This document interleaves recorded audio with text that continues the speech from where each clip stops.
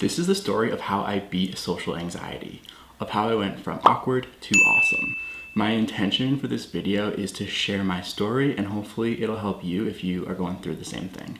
I hope to inspire you with my story, but then also give you some practical tips of how you can implement it in your own life.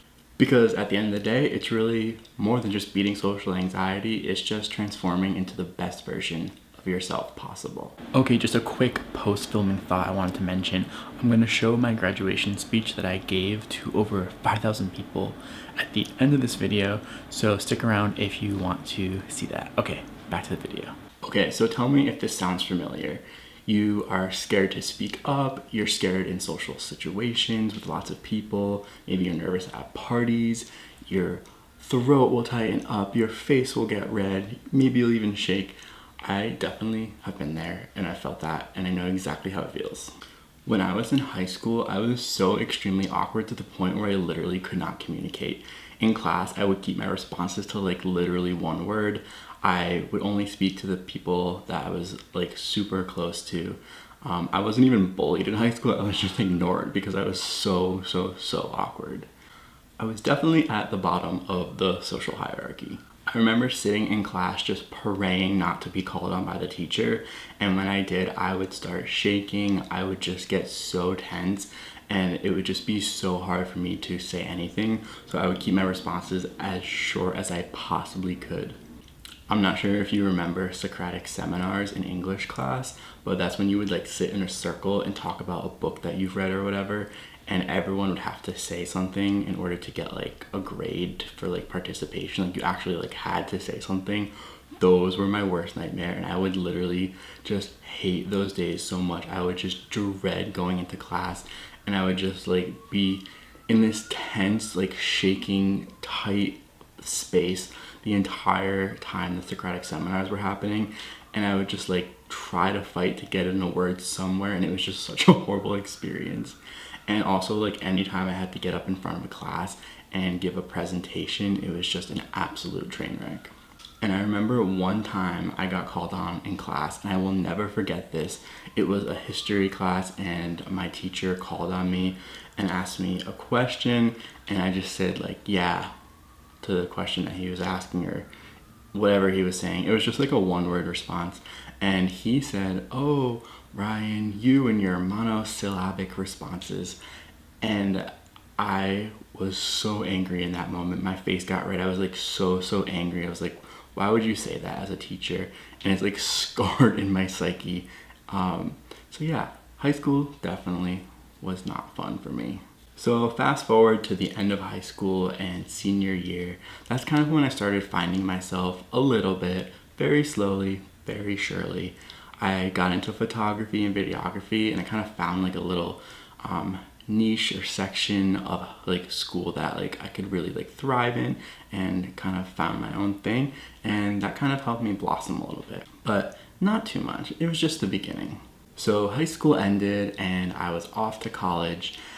And I knew that going into college, I just didn't want to be how I was in high school. I didn't want to be awkward. I was just so tired of like every normal day interactions being so challenging, just feeling like I had to hide myself, and just, you know, it was just so difficult for me, and I just didn't want it to be like that anymore. And for me, I think a deep-rooted issue that kind of was underlying this whole social awkwardness thing, not the entire thing, but a big piece of it, was the fact that I hadn't come out yet. So I knew if I had any chance of just having a normal person's life in college, I just had to come out. So I mustered up the courage, and I did that the summer before going into college. And it was like the biggest weight lifted off my shoulders. So boom, the fall of 2014 comes to be, and I'm headed off to freshman year of college at Bryant University in Rhode Island. I was finally out to my friends and family back home, and I was going into college, and I was really ready to stop the social awkwardness and just be myself and be confident and be a wonderful, blossoming social butterfly. And that's what I did. From the moment I stepped on that campus, I was 100% myself. I think the whole concept of having this brand new clean slate to start on made it so much easier. No one knew who I was, and there was no like preconceived notion, so I was able just to, from the very get-go, just put myself out there and be confident. And of course, it wasn't perfect from the beginning. I stuttered, I was scared, I was awkward, but at the same time, I was growing and moving in a direction. And I think going through all the stumbling and awkwardness and scary interactions and telling my truth, it kind of made me grow. And I'll get into the practical tips and a little bit of how I actually did all that. But for now, I'm just gonna keep telling the rest of my story. So through the muddy process of putting myself out there, being awkward and confident-ish at the same time and stumbling through it, I began to get more and more comfortable with who I am and how I was able to communicate, and I became a better communicator. And in college, I did some really incredible things. In a way, I was kind of overcompensating for how I'd been in high school. Wow, that's a realization I had never had before until this exact moment. But honestly, that makes so much sense because I was so much like a nobody that didn't talk in high school. I put myself out there to everyone in college and I made so many connections. And because I like started to, in a way, become a person of interest or someone that was known on campus, so many incredible opportunities came my way that just helped me further and further grow my communication skills and shut off the awkwardness. So here are some really cool things that I was able to do in college because of this decision I made to stop being awkward. I became a student ambassador that gave tour guides to people on campus. Like I was literally walking around campus giving tours to groups of like 20 people, like in front of the public. I became a resident assistant my sophomore year all the way through my senior year, being a head resident assistant my senior year. I became an orientation leader for new students during the summer and literally led around groups of new students coming into the school. I did valeting for alumni events. I joined the Senior Advisory Council, which was a small group of like the most established seniors on campus and gave advice to the president of the university. I got a job at the audiovisual department on campus where I worked there for the entire 4 years and ended up becoming a manager. So it was really like a snowball effect. Just once I started to put myself out there, like being scared while doing it, it just snowballed and snowballed. And like, yeah, when I was a tour guide at first, it was really uncomfortable and I was awkward and I fumbled, but just practicing and doing it over and over, made me a better communicator. And then that kind of translated into becoming an orientation leader and a resident assistant. It just kept growing and growing and growing. So looking back at it, it was just so cool to see all the opportunities that came my way because I put myself out there. Okay, so now let me try and give you some practical tips that you can use to advance on your journey of overcoming social anxiety and awkwardness. So the first one, which I think is the biggest, most important one, and I'm gonna keep it real and I don't think you're gonna like it, but you just have to decide. Nothing's gonna change unless you get into this mindset where you're absolutely determined. And it's not gonna be easy. It's really easy to say, oh well, it's easier said than done. You just have to get into this fired up state of mind where you're like, okay, I am who I am, but I'm gonna start throwing myself out there and speaking up in certain moments, even though it comes out awkward. It's kind of like anything in life. You have to just be bad at something and fail over and over again to get better at it. And you just gotta do it. That's really the truth. And it's a cold, hard reality, but I think that is the truth, to be honest. And you don't have to going cold turkey, jumping into the deep end of the pool, whatever analogy that is. Just start with little things, like try and speak up more when you can. State your opinion more. Be more vulnerable. Say how you feel, even though it's gonna come out awkward. Another tip is finding something you're good at, interested in, or a community. So like for me in high school, that was the photography and videography program. I think when you're doing something that you're really good at, or you're with other people that are interested in the same thing that you are, it kind of brings you up to like a different level where you have a common interest, and it's easier to talk about stuff that you know and are good at. Like if you're awkward and you're just jumping into a party, that's gonna be really difficult. But if you're like good at photography and you go to like some sort of photography meetup, you're gonna do a lot better because you have some sort of common ground and the conversations are gonna flow a little better. So doing something that you're interested in, I think will really be a good start. Okay, the next tip is what I like to call recognizing when you are in key moments in social situations. So what I mean by that is, as corny as this sounds, it's listening to your heart. There's gonna be moments in conversation where your heart and your brain is gonna go, oh, this is where I jump in. I have such a valid point to give. I can make such a difference at this moment in the conversation. So I'm gonna give an example of that. So when I wanted to become a resident assistant, it was a very competitive application pool. There was like hundreds of people trying out for it, and we were all in different rooms doing these like sessions and whatnot. And I was in this group session, and it was like a scenario type of situation where one of the residents was gay and getting picked on, and you had to give your kind of opinion of what you would do to kind of help that person out. So for me in that moment, my heart dropped. I was like, oh my God, this is exactly where I can provide a valid opinion. And I literally remember that moment so vividly because, there was only, 3 to 5 seconds where you can jump in and kind of make your point made before someone else jumps in and takes it. So I was like, I have to just say something right now. And I started talking, and I was like, well, I think blah, blah, blah, because I'm gay, I could have helped them, navigate that situation and say how it's not okay to make fun of people, something like that, right? I can't remember exactly what I said, but I knew in that moment I had to say something, and I was able to have the courage of going in, knowing it was going to be awkward and knowing I was going to fumble through it, but I was able to make that decision.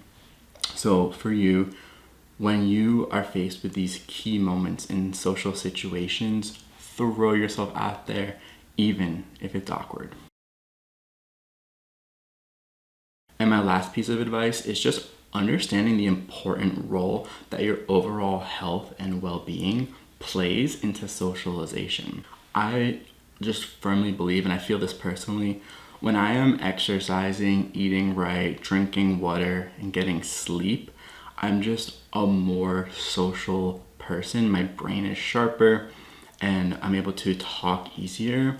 When I'm in this like funk of like not getting sleep, eating terrible, not sleeping, you just feel groggy, you get all the brain fog. And when you're awkward, it just makes it that much harder to socialize.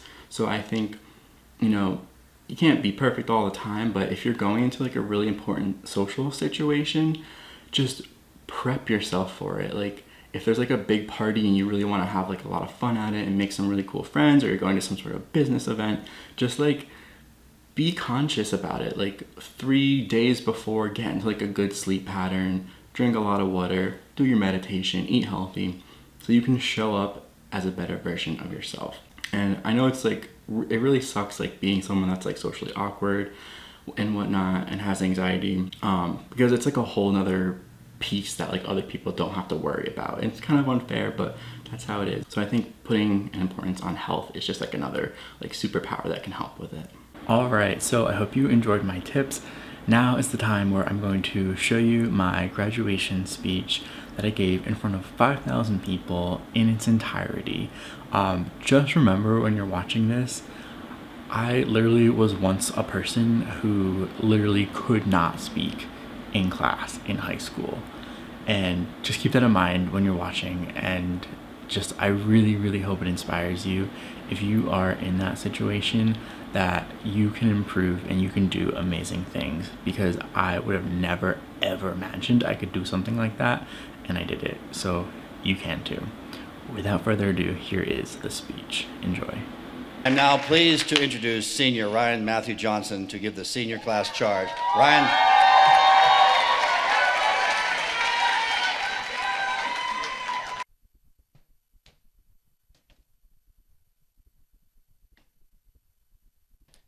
Sophomore year, I started to think about graduating and became overwhelmed with emotion. Unfortunately for me, this all occurred while I was in public, at the fitness center, on a treadmill. While humorous, my public episode is a testament to the significance so many of us place on this university, this community, this home. Hello, and welcome to the 2018 Bryant University Commencement.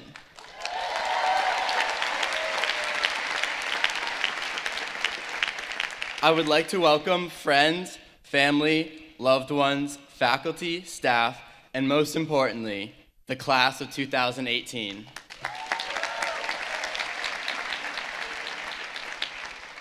Since the fall of 2014, we have seen perhaps the most exciting 4 years in Bryant's 154-year history. As an institution, we have flourished. As a class, we have transformed. We have seen the construction of numerous buildings on campus, including the visionary Academic Innovation Center. We witnessed a $1 million donation from PwC towards our Center for Diversity and Inclusion. We had our 20th annual Women's Summit. We saw an increase in our international student population. We attended the first ever TEDx Bryant. We saw Google hire its first Bulldog. But most importantly, during our 8th and final semester, we got free laundry.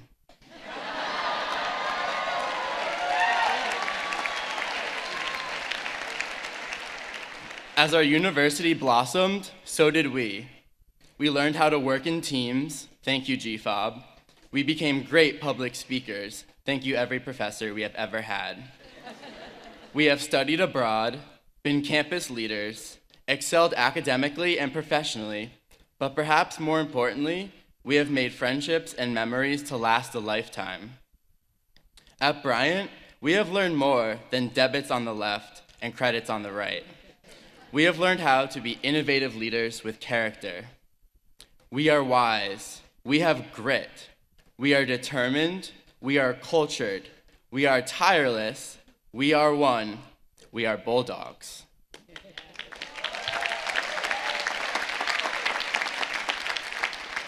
As Bulldogs, we have an edge. Bryant embodies a culture of unmatched success and accomplishment. I am humbled by all we have done for ourselves in the past 4 years. Before I end, I would like to remind us all of something. We are privileged. As we begin this next chapter, we must recognize this unique position in which we find ourselves and bring good to the world. Life never has been and never will be about yourself. It always has been and always will be about others. Fame and recognition will undoubtedly fade with time. Right now, the world needs us. The world needs our love. I have never before met a more genuine and gifted group of people who have the power to be the agents for this change. To be the ones who have the courage to do what is right. In the words of Malala Yousafzai, God give me strength and courage and make me perfect because I want to make this world perfect. From this day onward, I challenge you, class of 2018. Take every ounce of everything that Bryant has given you and pay it forward in the name of love. Thank you.